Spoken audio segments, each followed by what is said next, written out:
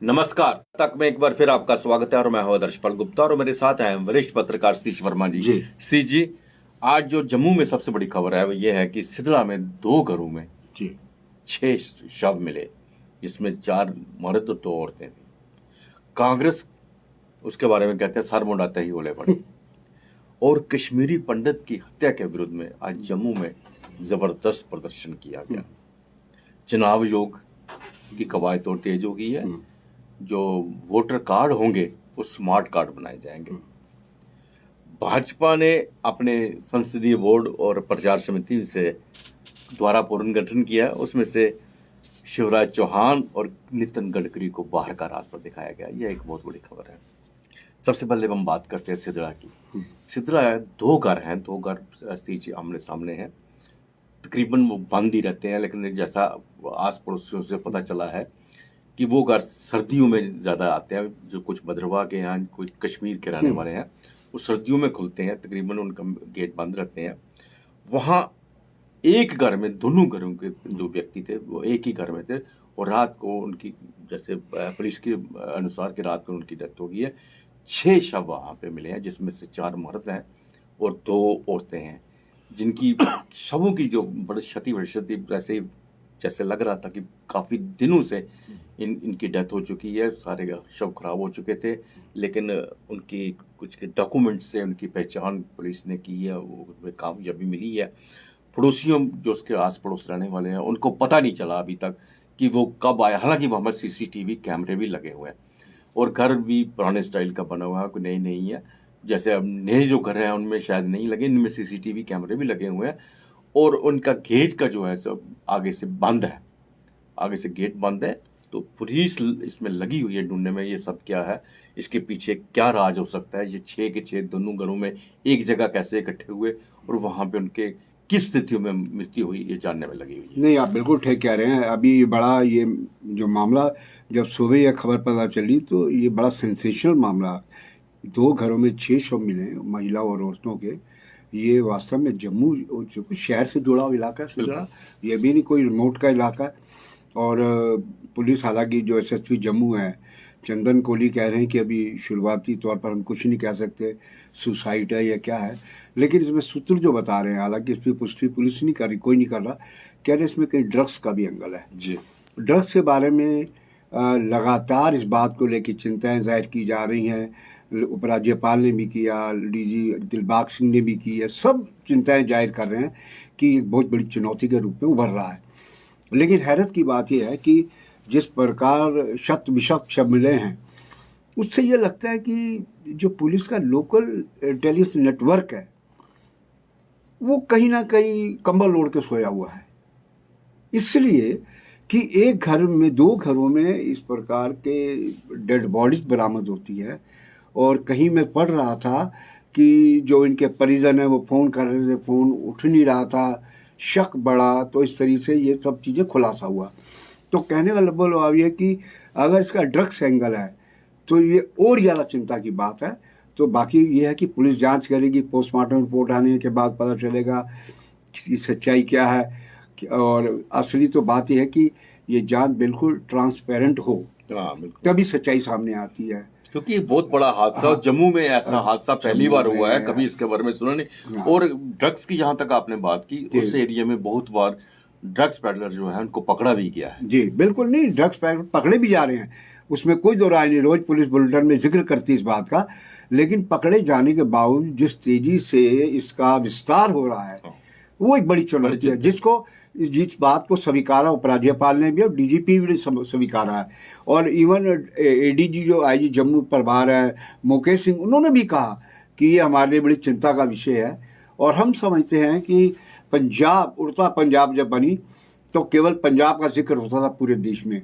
अब हमें लगता है कि जम्मू हो या श्रीनगर हो, ये दोनों कैपिटल जो हैं, हम श्रीनगर के बारे में हमें जानकारियाँ लगातार मिलती है, किस तरह वहाँ कॉलेज और स्कूलों के अंदर ये घुसपैठ कर गए ड्रग्स, और यहाँ भी कहीं ना कहीं होगी। तो मैं समझता हूँ बड़ी चिंता का विषय है। पुलिस इसकी जांच करे। ड्रग्स एंगल है तो पुलिस की और जिम्मेदारी बढ़ जाती है। और यहाँ तक मैं समझता हूँ समाज की भी जिम्मेदारी है। आस पड़ोस में जो लोग रहे हैं उनको भी अपने आँख और कान खोल के रहनी चाहिए कि आखिर ये चिट्टे का जो कारोबार है या ड्रग्स एंगल है ये किस तरह से जुड़ा हुआ है। सी जी, कांग्रेस की खबर जो आई है जम्मू कश्मीर को लेके बड़ी दिनों से चर्चा चल रही थी। हमने बहुत बार इसका जिक्र किया था कि मीर को हटाकर वो वकार को लगा प्रेसिडेंट बना रहे हैं, बनाया भी गया। और उसके बाद जो आज़ाद को जिस तरह से जो उसकी ड्यूटी दी गई, आज़ाद ने जिस तरह से उसका हुआ, हालांकि गुलाम नबी आज़ाद का ये अपना आदमी है, और आज़ाद के इसके वकार के आने से बहुत से नेता जो कश्मीर से भी नाराज थे और जम्मू से भी, सरूरी जैसे नेता और बहुत से नेता नाराज थे, इसको नहीं बनाना चाहिए। लेकिन फिर भी आज़ाद ने अपनी मर्जी का प्रेसिडेंट बनवा लिया, उसके बाद खुद रिजाइन करके बैठ गया। मतलब जिस तरह से आज़ाद चाहते थे शायद वो नहीं हो पा रहा। जहाँ गुलाम नबी आज़ाद अभी भी वो जो थ्रेड है, जो उसको उसका प्रेशर टैक्स है, उसको इस्तेमाल कर रहे हैं। नहीं, आपकी जो प्रेशर टैक्टिक्स की बात कर रहे हैं वो बात में बहुत ज़्यादा दम है, इसलिए कि देखिए ना, जब वकार रसूल वानी का नाम चल रहा था उन्होंने 4 नाम दिए थे, वकार रसूल वानी का, सरूरी का, 2 कश्मीर से नाम थे, तो 2 जम्मू संभाग से, लेकिन नंबर 1 पे ये था। अब हैरत की बात यह है कि रात को जब लिस्ट आती है पूरी, कैंपेन कमेटी है, डिसिप्लिन कमेटी है, और कहा जाए चुनाव कमेटी है, ये सारी कमेटियाँ जो सोनिया गांधी खुद बनाए हैं, वो लिस्ट जारी हुई, मीडिया में सब वायरल हुई, उसके ठीक 2 घंटे बाद आज़ाद इस्तीफा दे देते हैं। मतलब ये बड़ी हैरानगी डालने की बात है। आज़ाद ने अपनी चलवाई, पहली बात मीर को हटवाया प्रेशर देके, मीर को हटवाकर अपना बंदा लाया, और तीसरा ये है कि इस्तीफा दे दिया। तो मैं समझता हूँ आज़ाद कहीं ना कहीं ये पुरानी खुंदक राहुल गांधी से निकालने में लगे हैं। एक तरफ तो हो नहीं रहे, हाँ, तो गले का वो मेंढक बने हुए हैं, ना बाहर निकल। बिल्कुल गले की कांग्रेस में नहीं रहना तो कांग्रेस छोड़ो, कांग्रेस में रहना तो कांग्रेस को मजबूत करो। बिल्कुल गले की फांस बना हुआ है गुलाम नबी आज़ाद। देखिए, आज़ाद के बारे में ये कहा जा रहा था कि शायद ये हो सकता है कि एनडीए इनको उपराष्ट्रपति का बना दे, लेकिन वो भी काम खत्म हो गया।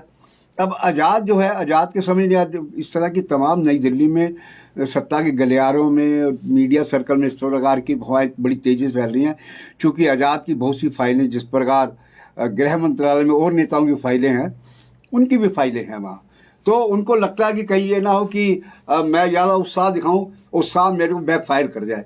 तो आज़ाद जो है किसी न किसी को खुश करने के लिए पार्टी के बाहर के लोगों को दिखा रहे हैं, देखिए मैंने अपना बंदा भी बनवा लिया और मैंने आंख भी तरेर दी है। तो मैं समझता हूँ कांग्रेस आला कमान को देखना चाहिए, गुलाम नबी आज़ाद जिसने इतने साल सत्ता में रहकर मोदी के आने से पहले सत्ता की जमकर मलाई चाटी, चांदी कूटी, सत्ता का पूरा सुख भोगा, और जब संघर्ष का दौर आया तो उनका ये चेहरा सामने आ रहा है। ये कांग्रेसी लोग कह रहे हैं, कांग्रेस का खेमा आज़ाद के इन हरकतों से खासा नाराज है कि ये दौर ऐसा है, इस टाइम संघर्ष का दौर है, और आप जो है इस तरह की हरकतें कर रहे हैं। हमने बहुत बार इसका भी जिक्र किया, न्यूज लाइन में हमने 10 बार और हमने बार ये कहा कि जम्मू से जिस तरह से कार्यकारी अध्यक्ष रमन भल्ला को बनाया गया, एक बार इसको भी जम्मू को दे दो, आप एक इसका प्रदेश प्रेसिडेंट बना के देखो, फिर हालात देखो जम्मू कश्मीर के कैसे बदलते हैं। ये वही पुरानी शराब जो है नई बोतलों में डालकर आगे ला रहे हैं, और उसका असर जो है वो सामने दिख रहा है। अच्छा, वकार रसूल जो वानी जो बनाया गया है, उसके तमाम विवाद हैं,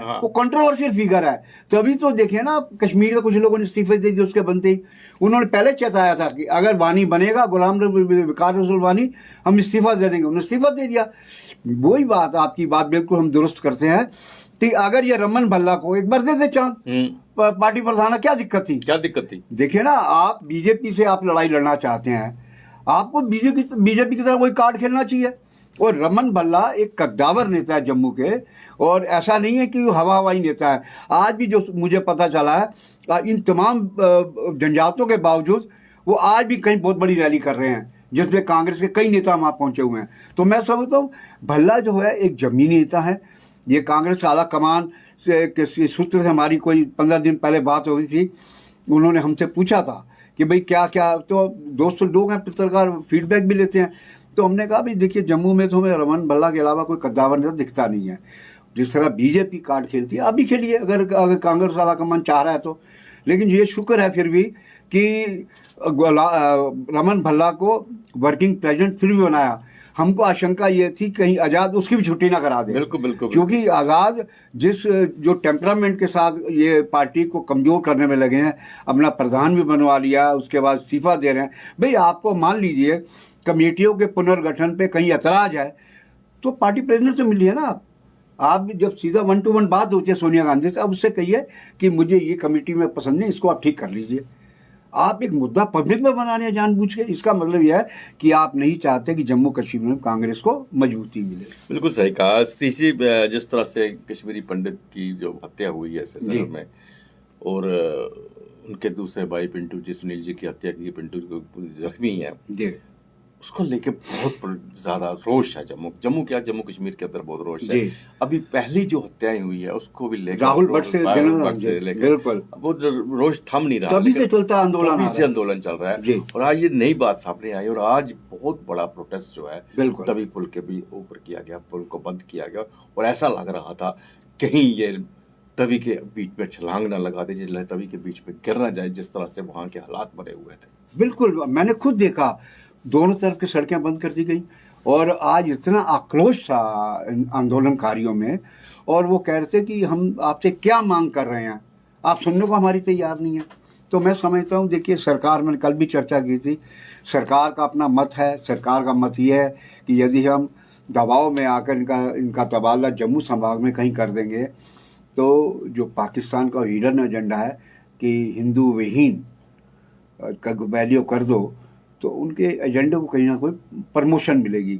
तो सरकार का ये पक्ष है, सरकार का ये सोचना है, और हम समझते हैं कि सरकार किसी हद तक सोचना वाजिब भी है, लेकिन सरकार को ये भी देखना चाहिए या तो किलिंग पे रोक लगाए। बिल्कुल बिल्कुल। आपका देखिए ना, ये जो फैमिली थी, ये जो कल जो भाई एक मारा गया और एक इधर शिवपैया में, वो रिमोट इलाके में रहते हैं। इसका मतलब ये हुआ ना कि आप दावे बड़े ऊंचे करते हैं जी हम सबको सुरक्षा दे दिया, तो उनकी सुरक्षा कीजिए। तो सिलेक्टिव, ये तो आज से तो नहीं रह रहे, बिल्कुल रह रहे हैं, काम कर रहे हैं, वहां पे सेवों का काम कर रहे हैं, सब कुछ कर रहे हैं। कोई ये तो है नहीं है कि वो नौकरी कर रहे हैं। बिल्कुल, इसका मतलब है जानबूझकर ऐसी हरकत की गई है। बिल्कुल, नया तनाव जो है वहां बना रहे हैं। बिल्कुल। और सबसे बड़ी बात यह है कि ये वो परिवार है जिन्होंने पलायन नहीं किया, बहादुरी के साथ वहां डटे रहे, और ऐसे परिवारों की तो सुरक्षा और ज्यादा जिम्मेदारियां सुनिश्चित की जानी चाहिए। जी, जम्मू कश्मीर में चुनावों को लेकर इलेक्शन कमीशन ने काफी कवायद अपनी तेज कर दी है। आज उन्होंने एक प्रेस कॉन्फ्रेंस में डिटेल्स में बताया है कि डेट्स जो सारी दी हैं, कब तक आपने वोट बना सकते हैं, कब तक आपकी ऑब्जेक्शंस है, और उसके साथ साथ क्योंकि अब यूटी बनी है और 370 हट गया, वोट जो है काफ़ी बनने वाले हैं। लाखों की तादाद में ऐसे थे जिनके पहले वोट नहीं थे, वो वोटर लिस्ट में नहीं थे। वो नई वोटर लिस्ट जो है 25 अक्टूबर तक उन्होंने जो समय दिया है उसके मुताबिक चल रहे हैं। लेकिन उन्होंने एक साथ में एक बड़ी बात की है कि इस बार जो वोटर आई कार्ड होगा वो आपका स्मार्ट आई कार्ड होगा, उसके साथ आपका आधार कार्ड के साथ लिंक होगा। उससे यही है कि एक तो डुप्लीकेसी बंद होगी, दूसरी बात यह है, हम ये तो बात खैर देख सकते हैं कि चुनाव आयोग की तरफ से अपनी चुनाव के सिलसिले में कवायद लगातार जारी है, और बल्कि स्पीडी है। हम समझ जिस तरह उन्होंने आज कहा स्मार्ट कार्ड बनाएंगे, आधार से लिंक होगा, इसका मायने साफ लगता है कि चुनाव आयोग की एंड पर चुनाव कराए जाने को लेकर कोई कमी दिखाई नहीं दे रही। आखिरकार फैसला सरकार को लेना है। तो हम समझते हैं कि ये कवायद अगर चलती रहेगी तो माहौल भी बना रहेगा। डिलिमिटेशन की रिपोर्ट उनके पास आ गई है, तो कमीशन ने दे दी है। और दूसरी बात है कि जम्मू के हमारे बहुत से नेता इससे सेटिस्फाइड नहीं है, और जितना जो जम्मू को सीटें मिलनी चाहिए थी उसके बारे में जनता है उनको अभी भी है, क्योंकि डिलिमिटेशन जो है उसकी डेट जो है उनको रास नहीं आ रही है। तो अब देखते हैं आगे क्या होता है, लेकिन फिर भी लग रहा है कि अगले साल जो है चुनाव हो जाएंगे जिस तरह से कवायद चल रही है। श्री जी, अभी अपने कांग्रेस की आपने बात की कि वहां पे सर मुंडाते ही होने पड़े, भारतीय जनता पार्टी में भी सब कुछ ठीक ठाक नहीं है। बिल्कुल। आज वहां की जो पुनर्गठन किया गया है वो संसदीय बोर्ड करो प्रचार समिति में, उसमें से 2 दिग्गज नेता, बिल्कुल, नितिन गडकरी और चौहान, शिवराज सिंह चौहान, इन दोनों को बाहर का रास्ता दिखाया गया। दोनों नेता जो ऐसे हैं इनका भारतीय जनता पार्टी के अंदर बहुत बड़ा नाम है, और नितिन गडकरी तो अध्यक्ष रह चुके हैं, वो तो पार्टी के अध्यक्ष भी रह चुके हैं। आज जितने भी मंत्रालय हैं, जितने भी मंत्री हैं, अगर एक तरफ हम डॉक्टर जितेंद्र सिंह का नाम लेते हैं, लेकिन टॉप के ऊपर अगर काम कर रहे हैं तो वो नितिन गडकरी है, जिसके ऊपर कभी किसी ने कोई आरोप नहीं लगाया और सारा इतना काम कर रहे हैं अपने अपने मंत्रालय का, कोई हिसाब ही नहीं है, और उनको भी अब बाहर का रास्ता दिखाया नहीं, गया। बिल्कुल आप ठीक कह रहे हैं। देखिए, नितिन गडकरी के बारे में कहा जाता है कि वो एक निर्विवाद नेता है और एक सकारात्मक सोच वाले नेता है। हमने जब भी उनके बारे में पढ़ा या सुना या देखा, उनके मुंह से कोई इस प्रकार का बयान नहीं सुना कि किसी को लगे वो किसी को आहत कर रहे हैं, चाहे वो विपक्ष हो या उनकी पार्टी का कोई नेता हो। वो केवल अपने लक्ष्य की ओर ध्यान है। सड़कों, जो अटल बिहारी वाजपेयी ने सड़कों का जाल शुरू कराया, उसको असल में अमल में लाने का काम नितिन गडकरी कर रहे हैं। और नितिन गडकरी के बारे में एक आम धारणा है कि ये उस प्रकार के नेता है जो सबको साथ लेके चलते हैं। मुझे याद आता है कि संसद के अंदर जब सत्र चल रहा था, सोनिया गांधी जो विपक्ष की नेता है, विपक्षी दल की हेड हैं, उन तक ने प्रधानमंत्री की मौजूदगी में नितिन गडकरी की पूरी पूरी तारीफ की थी। उन्होंने कहा मैंने एक काम इनसे कहा था रायबरेली का, और इन्होंने वो काम समय से पहले करके दिखाया। तो मतलब बड़ा हैरानगी हुई कि जो कांग्रेस बीजेपी को बर्दाश्त नहीं करती और जो बीजेपी कांग्रेस को बर्दाश्त नहीं करती, उसकी हेड जो है वो उस पार्टी के एक ऐसे मंत्री की तारीफ कर रहे हैं जो बीजेपी का है। तो मैं समझता हूँ ये उनकी छवि है। और उनको क्यों हटाया गया? पिछले दिनों इस प्रकार के सोशल मीडिया पे तमाम तरह के कयास लगाए जा रहे थे कि नितिन गडकरी और राजनाथ सिंह, क्योंकि आपको याद है जो जम्मू राजनाथ सिंह आए थे वो जाने अनजाने में नेहरू की तारीफ कर गए थे, और जबकि पीएम मोदी या कोई हो, उनके हमेशा एजेंडे पे नेहरू रहते हैं। तो मैं समझता हूँ कि एक इनको छुट्टी कर देना, और जबकि एक्स ऑफिशियो, क्योंकि पार्टी प्रेसिडेंट रहे हैं, वो तो वैसे ही बनते एक्स ऑफिशियो के नाते पार्टी प्रेसिडेंट है। और दूसरा जो मामा शिवराज सिंह, उनको मामा कहते हैं मध्य प्रदेश में, उनकी छुट्टी कर दी। और हैरत की बात है कि इनकी जगह एक वो शख्स लाए गए येदियुरप्पा, जिनको ऊपर करप्शन के गंभीर आरोप हैं। तो ये बीजेपी के मेरे कई नेताओं से बात हुई है, वो खुद बड़े हैरान है कि ये आखिर बदलाव किस ओर इशारा कर रहा है। क्या आने वाले समय में बहुत कुछ और भी बदलेगा? ऐसी उम्मीद जताई जा रही है कि पार्टी के भीतर और भी कुछ विभिन्न प्रकोष्ठों में बदलाव हो सकता है। बिल्कुल बिल्कुल, ऐसा लग रहा है कि जैसे पार्टी जो है पुनर्गठन के लिए जैसे नेताओं को बाहर करना, जैसे आपने कहा कि जम्मू कश्मीर में राजस्थान सिंह ने जो तारीफ की है उनकी, नेहरू जी की, बिल्कुल, तो वो जाने अनजाने में तो हो नहीं सकती कि कम से कम राजनाथ सिंह बिल्कुल रक्षा मंत्री है, रक्षा मंत्री जो है वो तो ऊंचे कद के और बहुत पुराने नेता हैं, बिल्कुल आरएसएस के और जनसंघ के और भारतीय जनता पार्टी के, जो कोई छोटी बात नहीं है। तो इस पे हो सकता है कुछ वासी बातें, जैसे हर एक चीजों में हम देख रहे हैं कि हमाम में सभी है ना, तो फाइलें सबकी पड़ी हुई हैं, सत्ता में जो रहा है उसकी फाइलें पड़ी हुई हैं, चाहे थोड़ी देर रहा है चाहे ज्यादा, बिल्कुल क्या सोचा है क्या नहीं है वो तो समय आते फिर सामने आएगा। बिल्कुल। तो आज के लिए बस इतना ही। अगले प्रोग्राम में फिर आपसे भेंट होगी, तब तक इजाजत दीजिए। नमस्कार। नमस्कार।